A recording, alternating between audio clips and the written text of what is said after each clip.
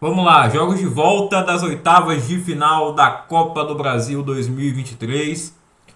Começando com Fortaleza e Palmeiras. O primeiro jogo havia sido 3-0 para o Palmeiras no Allianz Parque, o que já era uma baita vantagem. E o Palmeiras entrou em campo no Castelão pensando nessa vantagem, né? O Palmeiras não jogou absolutamente nada, mal passou do meio-campo. Se você for ver lá os melhores momentos, não tem uma chance do Palmeiras, uma chance clara de gol, não tem.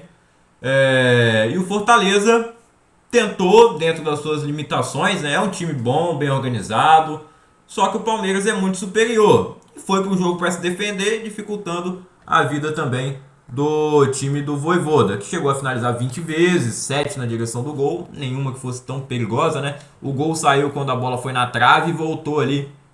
Eu achei até que tinha batido nas costas do Everton, mas não. E ali chegou o Lutero para fazer o gol da vitória do Fortaleza, mas que não foi suficiente para levar o jogo para os pênaltis, né? A bola do Pochettino na trave, no rebote o Lutero fez o gol. O Palmeiras, no jogo inteiro, finalizou 4 vezes só, nenhuma bola na direção do gol. Como eu falei, foi lá para cumprir a tabela, como o São Paulo pensou que ia fazer no Morumbi também, só que foi bem diferente, né? O Palmeiras também perdeu, mas foi só 1-0. Tem a polêmica, os torcedores do Fortaleza vão lembrar aí do pênalti dado pro Palmeiras lá no primeiro jogo, enquanto ainda estava 0-0, né? O pênalti que realmente a maioria das pessoas acham que não foi e foi marcado pelo árbitro. O Rafael Veiga não desperdiçou, óbvio, e o Palmeiras conseguiu a classificação no Allianz Parque. Fortaleza, a torcida fez a parte dela também, festa bonita lá no Castelão como sempre, mas não deu pro Fortaleza. Eu acho que é um time que tem muita chance de ser campeão da Copa Sul-Americana, que é um torneio mais fácil do que a Copa do Brasil. Tem bastante discussão agora também sobre no futebol europeu os times não ligam para a Copa Nacional, dá mais importância para a Liga de Pontos Corridos e para os campeonatos continentais. Só que aqui, cara, você queria comparar a Sul-Americana com a Copa do Brasil, além da Copa do Brasil pagar muito mais, é uma competição mais glamourosa, sim, porque tem grandes times brasileiros que estão na Libertadores e jogam com muita determinação a Copa do Brasil. E na Sul-Americana tem vários times ridículos, né? Embora o grupo do Fortaleza não seja tão, né? Tem times ali tradicionais que não estão tão bem, tanto que o Fortaleza está nadando de braçada lá com 100% de aproveitamento no grupo dele. Depois do 0-0 na Vila Belmiro, onde o Santos teve um gol mal anulado, marcado pelo David Washington, onde o impedimento foi traçado na mão do jogador do Santos. Na Arena Fonte Nova, Bahia e Santos empataram em 1-1. Bahia saiu na frente com o gol do Cauli. O João Paulo evitou por muito tempo que o Bahia abrisse o placar, poderia ter feito gols antes, até mais de um. Mas o João Paulo estava lá salvando, ainda defendeu um pênalti, mas né, não dá para defender tudo. O Santos chegou a empatar, né, o jogo com o gol do Bruno Mezenga de cabeça lá no finalzinho, o que levou a partida para as penalidades. E lá o João Paulo defendeu uma, só que o Marcos Felipe defendeu duas, inclusive o próprio Bruno Mezenga, que fez o gol no finalzinho da partida, ele foi destaque do Água Santa no Paulistão, né?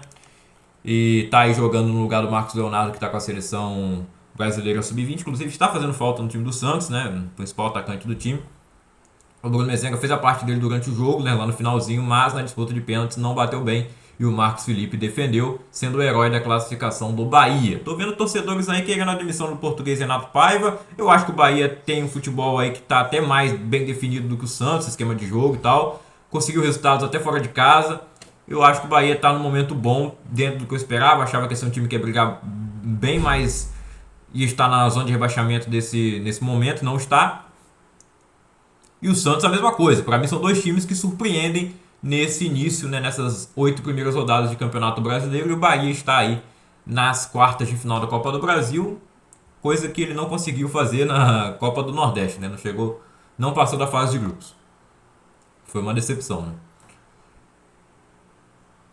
No duelo entre os maiores campeões da história da Copa do Brasil, o Cruzeiro recebeu o Grêmio no Mineirão e perdeu por 1-0. O Oliveira deu uma criancice ali, vacilou, tentou o passe de lado pro companheiro de zaga e eu não sei quem foi pior, ele que deu o passe ou o Luciano Castan que dormiu.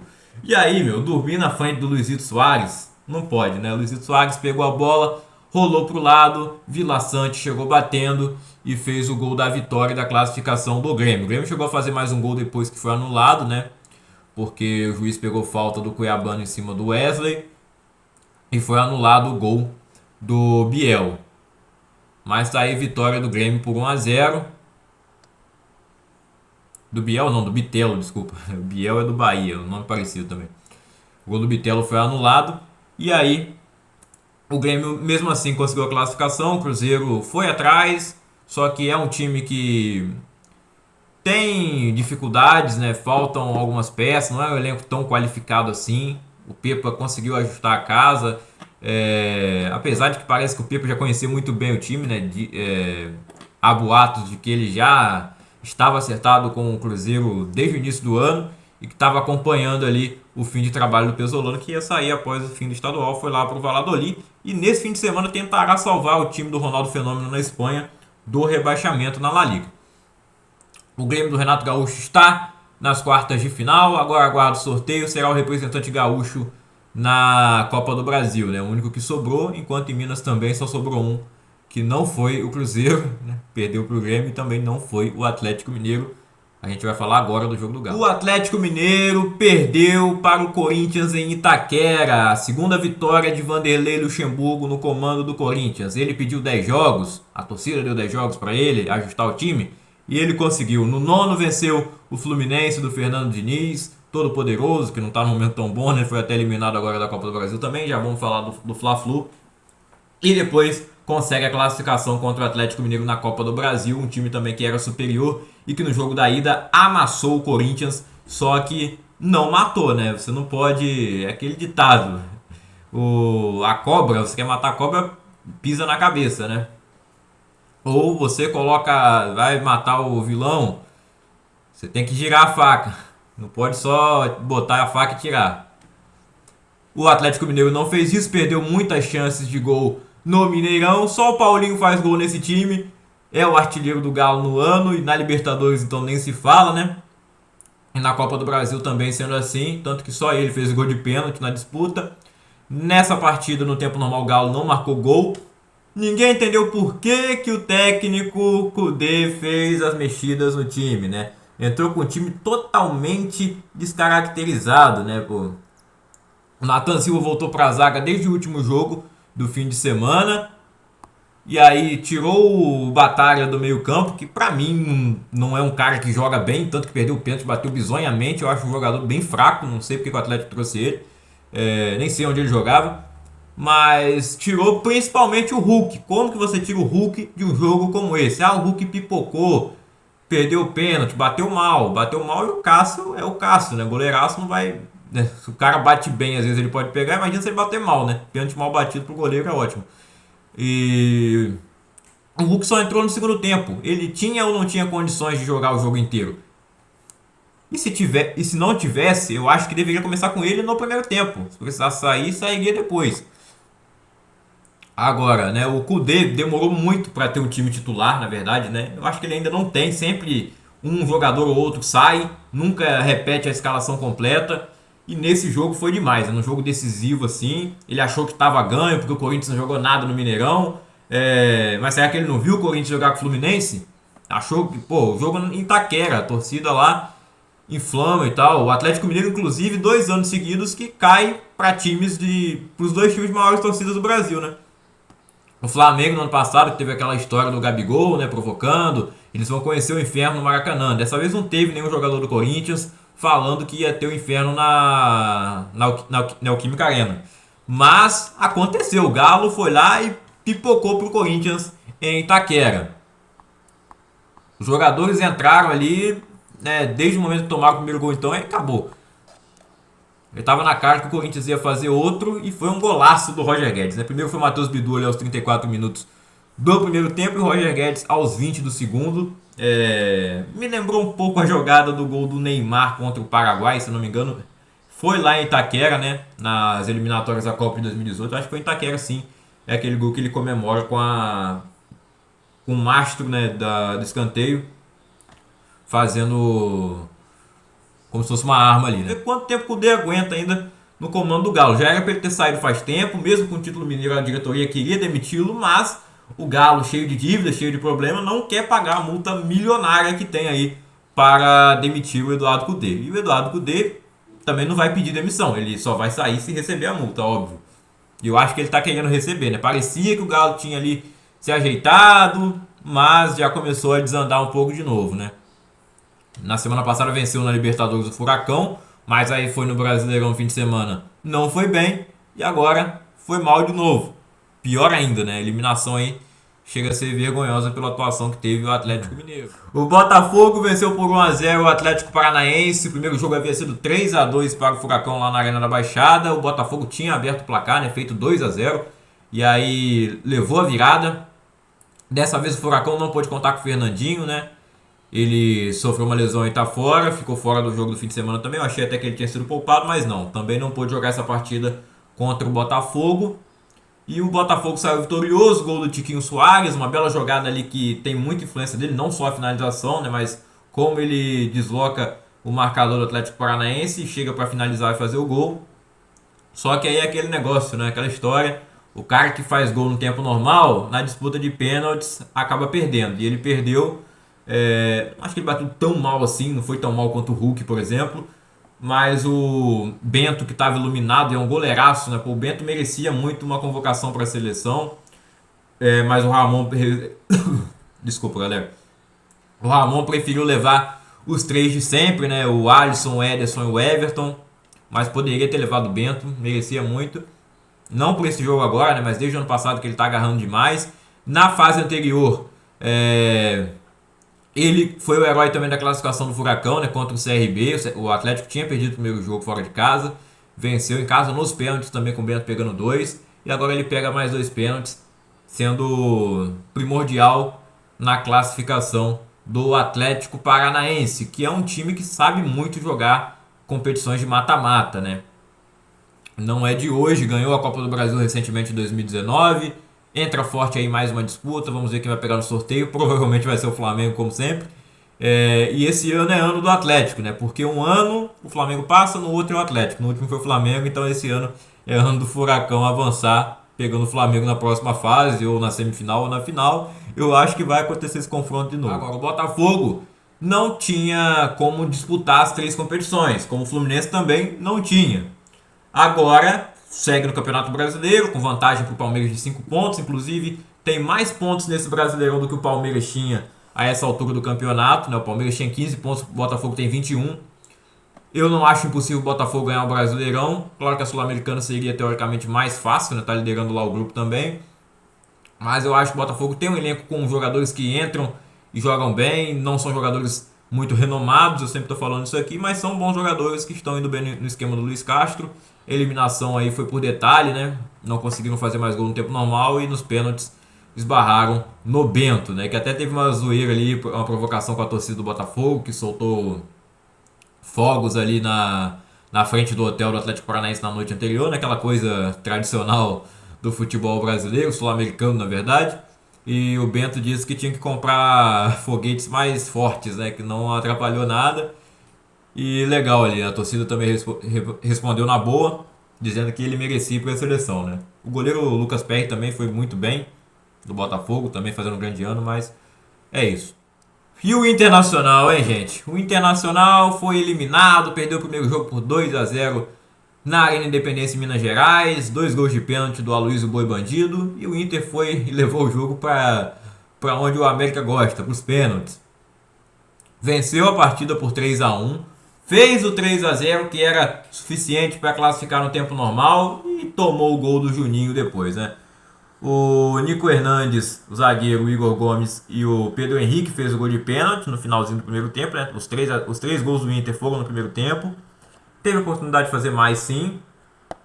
O América diminuiu com o Juninho lá no finalzinho do jogo, né? Já depois, nos 15 minutos finais.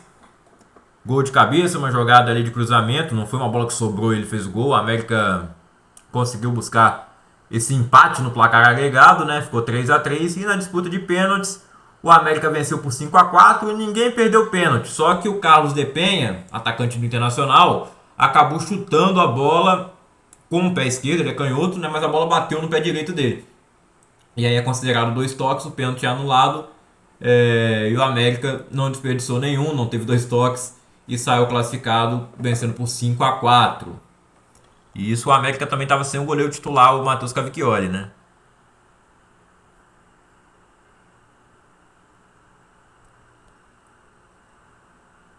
Grande classificação do América, que representará o estado de Minas Gerais na Copa do Brasil nessas quartas de final, né? O único time mineiro que restou na competição. O Inter seria outro gaúcho, mas o único gaúcho que restou foi o Grêmio. São Paulo e Sport. O primeiro jogo havia sido 2-0 para o São Paulo na Ilha do Retiro. O Sport é um time da Série B que, apesar de, para mim, ser favorito para subir para a Série A, continua sendo um time da Série B nesse momento, né? O São Paulo era mais time, conseguiu vencer tranquilamente fora de casa. A expectativa era que fosse vencer com mais facilidade ainda no Morumbi. Não foi assim, né? O São Paulo jogou muito bem os 30 primeiros minutos, enquanto o Sport não conseguiu fazer nada. E o São Paulo teve chance de fazer 1 ou 2 gols, não conseguiu. Fez um só com o Michel Araújo, né? Aliás, um belo gol. Mas outra chance ali o São Paulo desperdiçou. E no segundo tempo o Sport fez uma grande partida, tendo 2 gols em cobrança de escanteio, né? O primeiro gol também é originado de uma cobrança de escanteio, mas termina ali com um chute de fora da área. O Rafael acaba espalmando para frente e o Sport faz o primeiro gol no rebote, né? Com o Cassiano. Depois o Sabino, o zagueiro, faz os 2 gols. Ele sempre foi um zagueiro artilheiro, né? Inclusive bate pênalti muito bem. Na disputa de pênaltis deixou o dele, mas o Rafael defendeu outros 2 e o São Paulo saiu com a vitória 5-3 na disputa de pênaltis. São Paulo não desperdiçou nenhuma cobrança e está classificado para as quartas de final em busca desse título inédito, o único título que o São Paulo ainda não conquistou. Eu acho que o São Paulo não é um favorito. Acabou a sequência aí de vitórias de invencibilidade do Dorival Júnior. Eram 10 jogos sem perder e no 11º acabou sofrendo essa derrota. Vai ter uma sequência difícil pela frente, pega o Grêmio fora de casa, depois o Palmeiras, né? Vinha de uma sequência tranquila e com resultados bons, agora vai pegar uma sequência mais difícil. Talvez essa derrota aí para um time inferior sirva para dar um alerta, né? Dar uma ligada nos jogadores que vão ter jogos bem difíceis pela frente. E o Sport, para mim, agora, né, vai poder focar completamente na Série B e tem muita capacidade, muito potencial para subir, terminar entre os 4 primeiros e até brigar pelo título ali com o Vitória, que no momento é o primeiro colocado, mas eu acho o Sport mais time que o Vitória, né? O Vitória que acabou de voltar da Série C, inclusive. Para encerrar, Fla-Flu, Flamengo e Fluminense. O primeiro jogo foi 0-0, os 2 jogos no Maracanã, né? Os 2 times mandam sempre os jogos lá. Com o mando do Fluminense foi 0-0, com o Flamengo jogando muito melhor, perdendo bastante chance. Mais uma vez perdeu muita chance, chegou a correr um risco ali no final, né? Mas o Fluminense não jogou bem. Jogou mal na ida, jogou pior ainda na volta. Claro, tem que se falar dos desfalques, sem Marcelo, sem Alexander, para mim que é o principal desfalque. Ele que antes estava jogando na lateral esquerda, antes do Marcelo chegar, passou para o meio campo e sempre foi ele essencial nesse esquema do Fernando Diniz, tanto na lateral quanto no meio. E aí o Fluminense fica até sem lateral esquerdo, né? Porque não tem o Alexander para improvisar. Não tem o Jorge, que já tinha machucado antes do Marcelo vir. E aí o Marcelo machuca também. O Fluminense ficou sem lateral esquerdo. Vai o Guga jogar lá com o pé trocado do lado esquerdo. Ele é lateral direito, foi jogar na esquerda. E acabou até saindo no segundo tempo para a entrada do Gabriel Pirani. Eu penso, o que o Diniz está querendo? Pô, o Pirani vai jogar de lateral? No começo até estava como lateral, depois abandonou ali a posição. E o Fluminense ficou completamente desconfigurado, né? No banco de reservas do Fluminense tinham só 3 jogadores que não eram da base do time. Não é um elenco poderoso. E além desses 3 que eu falei, né? Desses 2, aliás, falei só do Marcelo e do Alexander. O Fluminense também não tinha o Felipe Melo, que foi expulso no jogo da ida, né? Com aquele lance lá do Gabigol. E também não tinha o Keno, que é outro que está machucado. E também faz falta ali no ataque. E aí o Flamengo, tendo a volta do Arrascaeta, a volta do Everton Ribeiro, que começou o jogo no banco de reservas. O Arrascaeta, aniversariante, inclusive, né, nesse dia 1º de junho. Fez o gol de cabeça, abrindo o placar para o Flamengo. Jogada ali que começa com uma falta. Um corte sensacional do Léo Pereira ali no ataque, né? Deu uma de atacante ali. Ele vem fazendo bastante gol e também mostrou que sabe driblar, tem habilidade com os pés. Fez o cruzamento, foi cortado. Sobrou o Gerson, meteu a bola lá na área. Ao desvio de cabeça do Fabrício Bruno, os zagueiros participando do ataque, né? Léo Pereira e Fabrício Bruno, que além de fazerem muitos gols também estão dando assistência, né? Assistência do Fabrício Bruno para o gol de cabeça do Arrascaeta. E aí segue 1-0 para o intervalo. No segundo tempo, o Flamengo tem também as melhores chances. Se não fosse o Fábio, poderia ter marcado gols antes. Teve bola na trave do Cebolinha, que tem muita gente criticando por chutar na hora que tem que tocar e tocar na hora que tem que chutar, né? Botou uma bola na trave ali, o rebote do Gabigol mandou o Fábio no puro reflexo, defendeu. O Fábio vem salvando o Fluminense nesses últimos jogos, né? De vergonhas maiores, né? De derrotas maiores. Como foi lá contra o The Strongest na Bolívia, né? Contra o Corinthians no domingo. E agora contra o Flamengo também, senão teria sido pior aí a derrota do Fluminense, sem dúvida, né? O Fábio, aos 42 anos de idade, pegando muito ainda. E lá no finalzinho o Gabigol faz o gol da classificação, desafogando ali a nação rubro-negra. E aí, né? O Marcelo, cadê as Champions do Marcelo? Bem, você tem que... Bom, aí o dinizismo acabou? Não dá pra dizer isso. Eu não acho que tem que demitir o Fernando Diniz. Tem gente já levantando essa hipótese, gente. Calma aí, pelo amor de Deus. O Fluminense continua com a campanha muito boa na Libertadores. O Brasileirão tá razoável. Eu acho que o Fluminense errou em querer brigar pelas 3 competições. Não dava pra fazer isso. Aquele jogo contra o Cuiabá antes do jogo com o Flamengo, foi ali que o Marcelo começou a se desgastar mais. Se ele não tivesse jogado aquele jogo, talvez ele não tivesse saído contra o Flamengo. Até porque não foi uma... Nossa, ele tomou uma entrada e se machucou. Não, foi desgaste. Se ele não tivesse jogado contra o Cuiabá, talvez ele tivesse disponível. Deveria ter sido poupado naquele jogo, aí jogaria... também poderia ser poupado nos outros 2. Aí jogava contra o Corinthians e jogava agora.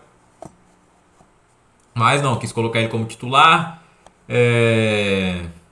E o Fluminense não tem elenco para jogar as 3 competições. Eu acho que ainda pode ser campeão da Libertadores.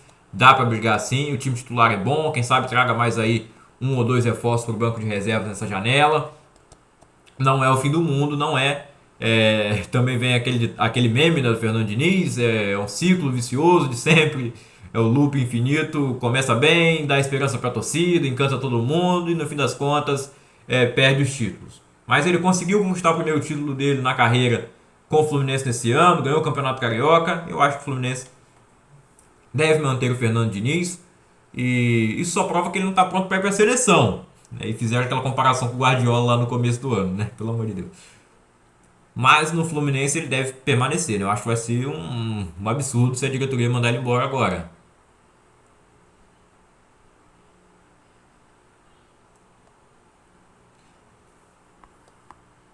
E quanto ao Flamengo, em casa, né, vem conseguindo seus resultados, né, com o Jorge Sampaoli. Fora de casa não está indo tão bem assim. Empata, perde. Em casa também teve aquela derrota do Botafogo. Mas o Sampaoli vai começando a ajustar o time, né? Teve aquelas notícias de que tem problemas internos. O caso do Marinho realmente parece que é verdade, ele vai sair do Flamengo. Mas a situação do Gabigol, né, ele até deu uma farpada ali na entrevista depois pro Eric Faria. Eu vou deixar aí no fim do vídeo e vocês escutem aí, né? Foi legal ver ele batendo na imprensa. Não foi diretamente pra Globo, né, mas no geral.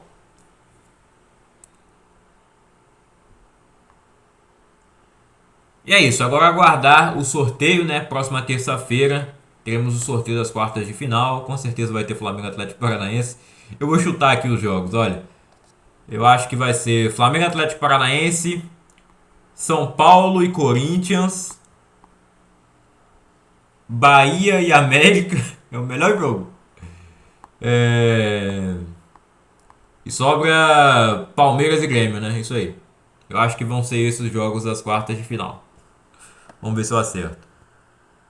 Gabriel, ano passado o Flamengo conseguiu virar um confronto contra o Atlético Mineiro e muita gente disse que ali foi uma virada de chave na temporada.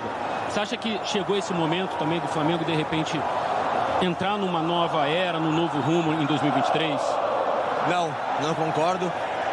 Eu acho que o trabalho tem que ser feito desde dos treinos, do primeiro minuto que a gente entra no ninho, e é isso que é feito.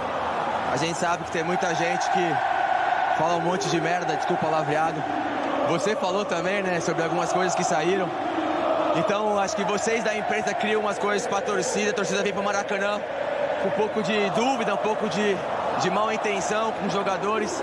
Isso nunca aconteceu aqui no clube, desde a época do Diego, do Arão. No momento não tem nenhum problema de relacionamento entre vocês? Tem problema da gente com vocês, da imprensa, porque vocês falam... Entre vocês não tem?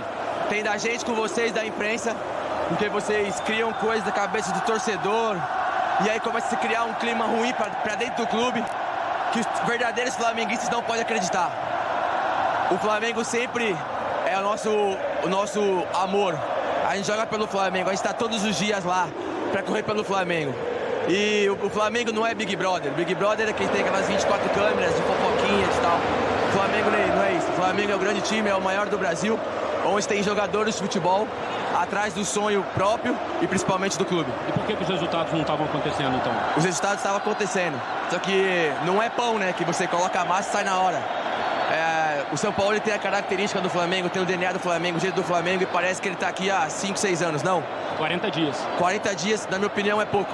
É pouco. O Abel está há 3 anos, o Diniz está mais que quase todos os treinadores do Brasil. Um ano agora, o Diniz, mais de um ano. Então, e você vê a diferença do time deles. E não é porque também eles perderam que o Diniz tem que ir embora, e não é assim. É claro, tem que haver cobrança, mas cobranças justas. Não que tem briguinha, não corre, não é Big Brother, é Flamengo. Tá aí o Gabriel.